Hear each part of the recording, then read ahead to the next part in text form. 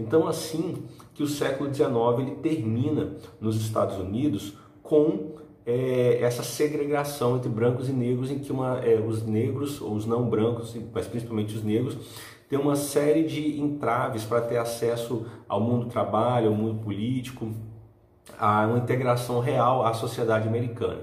Tanto que no início do século XX, os grupos negros começam a se organizar politicamente, coletivamente. Então, em 1909, nós temos a criação da Associação Nacional para Progresso de Pessoas de Cor, ou seja, um coletivo negro que era formado por intelectuais negros, mas também possuía simpatizantes brancos, e tinha duas armas principais para lutar contra a segregação entre brancos e negros. Primeiro, a educação, ou seja, dar estudos para que os negros pudessem ascender socialmente, ter melhores posições no mercado de trabalho, ocupar espaços de poder, espaço na política, ensinar esses homens, meninos e meninas a ler, a escrever, a ter um curso, a ter uma formação para que se insiram de maneira mais intensa na sociedade americana. E também questões judiciais, ou seja, entendendo-se que a lei, o sistema judicial americano, principalmente nas colônias, nos Estados do Sul, tinha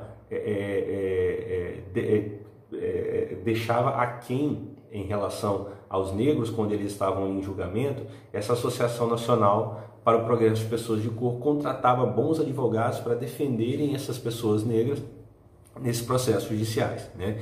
Então, assim que começa essa organização no início do século XX, lembrando que essa organização está lutando contra essa herança que vem da escravidão. Um momento de virada nesses movimentos negros nos Estados Unidos foi no ano de 1955, quando uma moça, Rosa Parks, ela entra no ônibus na cidade de Montgomery, no Alabama, um estado do sul dos Estados Unidos com leis segregacionistas também.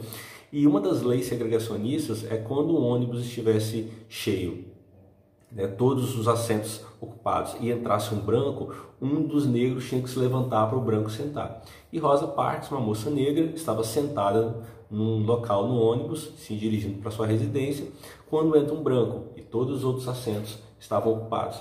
E Rosa Parks decide não se levantar. Ela cria um ato de desobediência civil. Então, ela é conduzida a uma delegacia porque ela estava infringindo uma lei, ela desobedece essa lei. Isso faz, o caso Rosa Parks faz estourar uma série de protestos nos Estados Unidos contra a segregação entre brancos e negros, né? Então, esse foi um ponto, esses movimentos, esses protestos nos anos 1955 e 1956 são uma virada no movimento negro nos Estados Unidos. E o movimento negro, então, que terá esse ápice nas décadas de 1950 e 1960.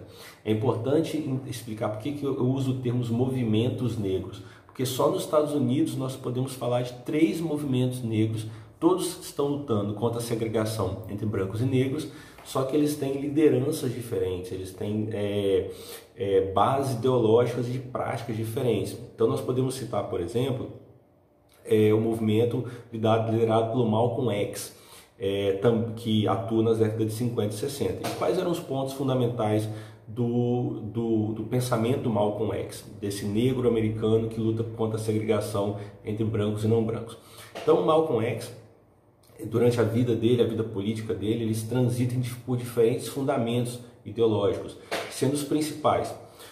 Primeiro, o islamismo, ou seja, Malcolm X, ele se converte na vida adulta ao islamismo e ele faz uma leitura islâmica do racismo. Ele até entende que o cristianismo ele não é uma religião de brancos, o cristianismo ele não é uma religião de negros, né? Ele é uma religião de homens e mulheres brancos. Então o islamismo ele seria uma religião mais apropriada aos negros e negras americanos e americanas, entendendo que o cristianismo é uma religião de brancos, entendendo o pensamento do Malcolm X. O segundo ponto é o uso da violência como método para autodefesa, ou seja, sempre quando necessário, a violência poderia ser utilizada para se defender de ações racistas perpetradas contra os negros. E um terceiro ponto que ele vai abraçar mais para o final da vida dele foi o socialismo. O Malcolm X ele faz uma viagem para a África, para o continente africano, e lá ele encontra brancos que são islâmicos, ele vê uma nova configuração das relações raciais. Então ele fará uma leitura, quando volta de lá, do racismo e dos movimentos negros, não pelo viés da religião, mas pelo socialismo, ou seja, ele entende que ele passa a entender o racismo dentro do contexto das lutas de classe. Então esse é o Malcolm X, uma primeira liderança do movimento negro dos Estados Unidos. Contemporâneo ao Malcolm X, nós temos o Martin Luther King. Martin Luther King, ele foi um pastor batista que também atuou nas décadas de 50 e 60 contra a segregação entre brancos e negros.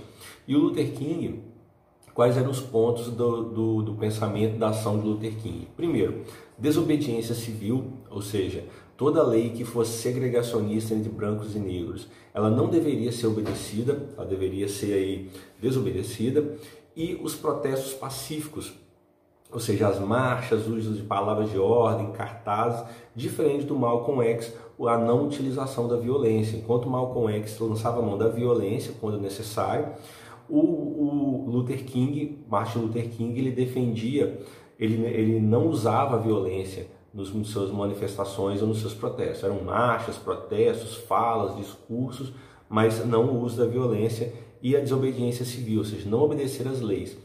Era a forma de protesto.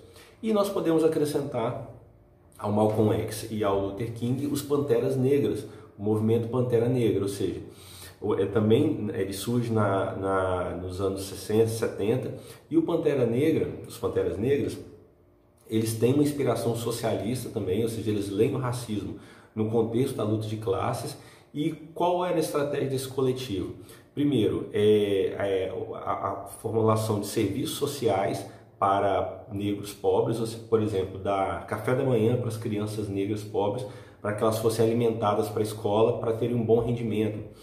E também ações como eles se armarem, né, colocarem arma na cintura e ir para a rua patrulhar ações violentas da polícia contra negros e negras, para defender esses negros e negras de ações violentas da polícia naquele contexto. Então podemos acrescentar os Panteras Negras também como um movimento negro dos Estados Unidos lutando pelo fim da segregação racial entre brancos e não brancos.